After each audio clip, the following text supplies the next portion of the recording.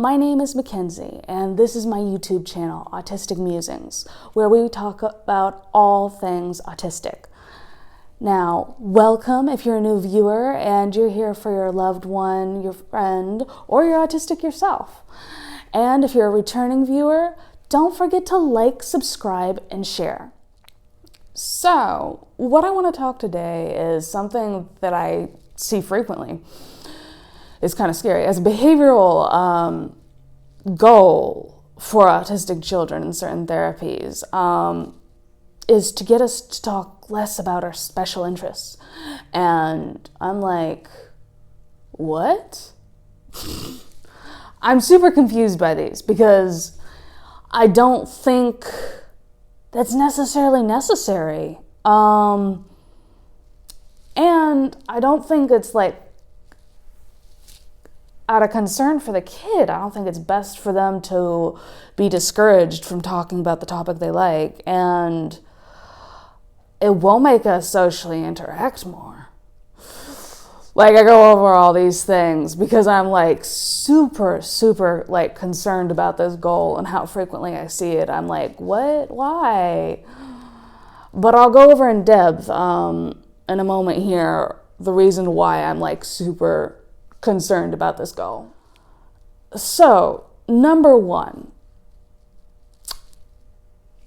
any other kid that showed a passion for a subject, such as baseball, chess, history, debate, there's so many different topics that a kid could be interested in.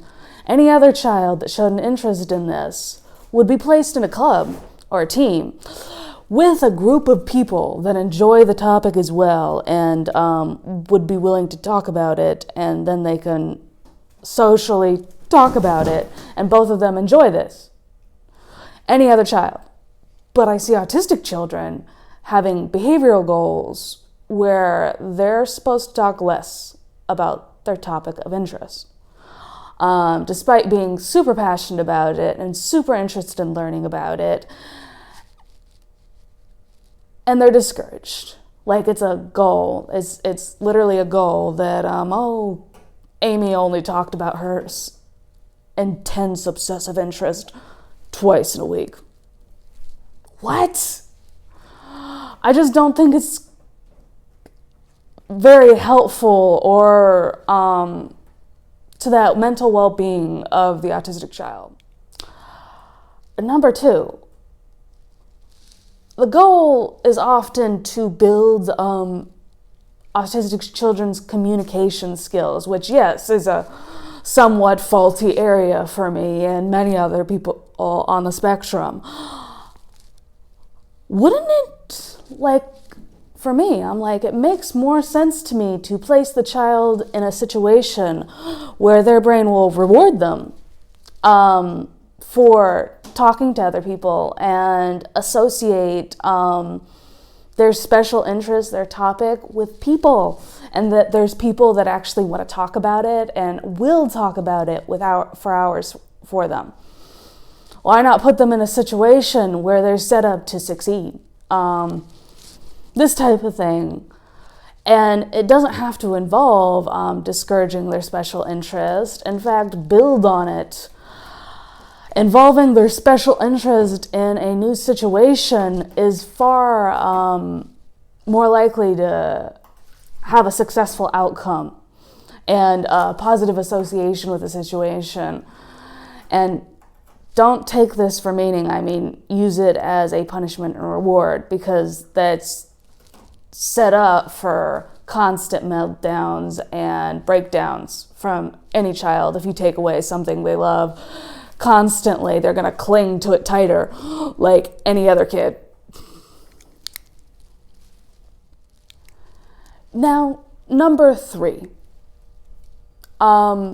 This type of behavioral goal, I believe, is partially because autism is super pathologized, which means that every symptom listed in the DSM, the goal of a lot of therapies is ultimately normalize our behavior, our brain, and all that. Despite the fact, having a child innately more happy and more rewarded for learning certain subjects and having an intense interest in learning about the subject is a positive thing. If we just separated for the autism and we talked about every other child. Oh, Cindy has an amazing interest in chemistry. She likes to spend all her time on it, all of her free time, and she likes to learn a lot about it. In fact, she's taking college courses on chemistry now because she has such an intense interest. She has a bright future. This is what I'm talking about. When we pathologize, and that means everything about autism is kind of seen as a bad thing. Our special interests are obsessive interests that are bad ultimately, or this is how it's portrayed by a lot of people, mostly academic, and in textbooks our behavior is listed in a pathology point of view. Repetitive, intense behavior, obsessive behavior, rather than framing it this way, which it's still objectively true, this person is predisposed to have intense interests in certain subjects. It doesn't sound so bad when I state it that way, does it? I hope that more therapies move in the direction of not discouraging special interests, but in fact building on them.